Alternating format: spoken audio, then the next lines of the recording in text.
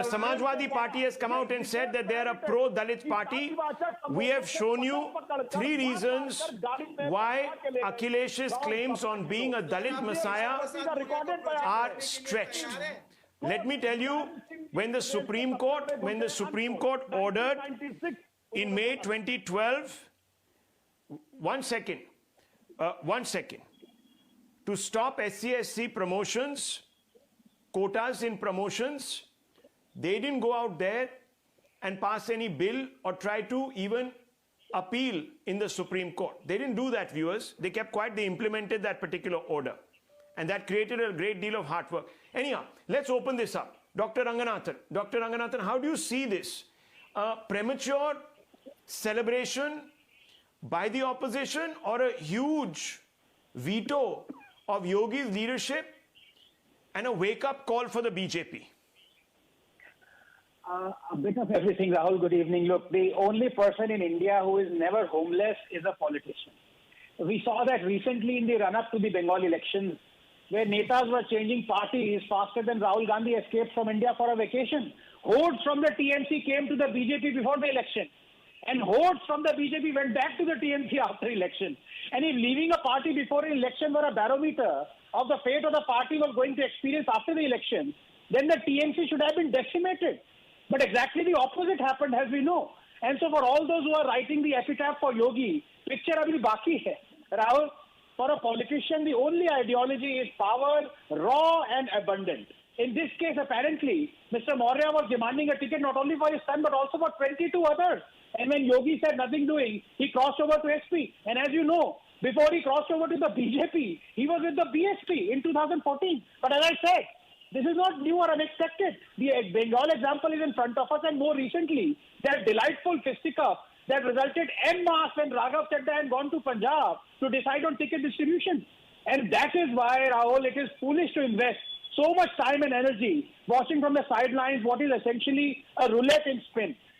The players switch sides at will, and no one loses in the long run. X is a prefix found most frequently in a politician's CV. Ex-BJP, ex-Congress, ex-BSP, ex-AAP, ex-SP, ex-CPIM, ex-TNC. Those who vote for him might be homeless, but a politician never is. Pre-poll alliance, post-poll agreement, coalition dharma, caste arithmetic, regional agreement, local pact, religious deal. These are telltale gelatin markers for the disease called politics. Count yourself lucky that you're not infected. Rahul, just 10 seconds. I can't help but ask my good friend Abhishek, the SP spokesperson, here a question in earnest. And I hope he answers to it in earnest as well. Abhishek, on 24 December, the SP had called Mr. Maurya a communal bigot intent upon dividing the communities, unquote. Straight question to you, yes or no? Is he still a communal bigot? Is Yogi Adityanath a communal bigot? If you say yes, I'll answer your question. No, but I asked you a simple question. Is Mr. Maurya, who has joined Samajwadi Party, is he a communal bigot? You had called him a communal bigot on 24 December. Is he still a communal bigot or no? Come on, Abhishek, you're a lawyer. It's a straight question.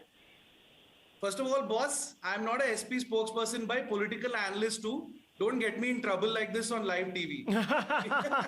Okay, card-carrying member. No, hang on. You can't plead. You suddenly can't plead. No, hang on. Let's put this in some perspective. And I want to bring in Mr. Rajagopalan. It's okay, Mr. Sudhir. Look, facts. What happens when appeasement catches your tongue to such an extent that you can't recognize the threat? That's where the problem is right now. No, absolutely, Rahul. There are 3 issues here. Number one, I really would like to thank you and your entire team. You've been at it. You've actually caught the tail of the tiger for the last 10 days. You've been on this story, and if I'm not mistaken, you have laid it out threadbare, and it is getting more and more worrisome by the minute. And I'm not being, sensationalist here, because you were the first ones, if you remember, that you said that the SPG had briefed the Punjab police in detail about the possibility of a protest blockade. You were the one who actually said, look, even the weather and the eventuality of the weather were taken into account. You then showed that video footage where the Punjab police was following around and having tea with the protesters. So everything was very clear. Just this last jigsaw wasn't in place yet. Was it a collusion or was it incompetence? And I'm very sorry to say then it is sounding more and more like, or less and less like incompetence, let me put it that way, if I want to be a little bit more diplomatic.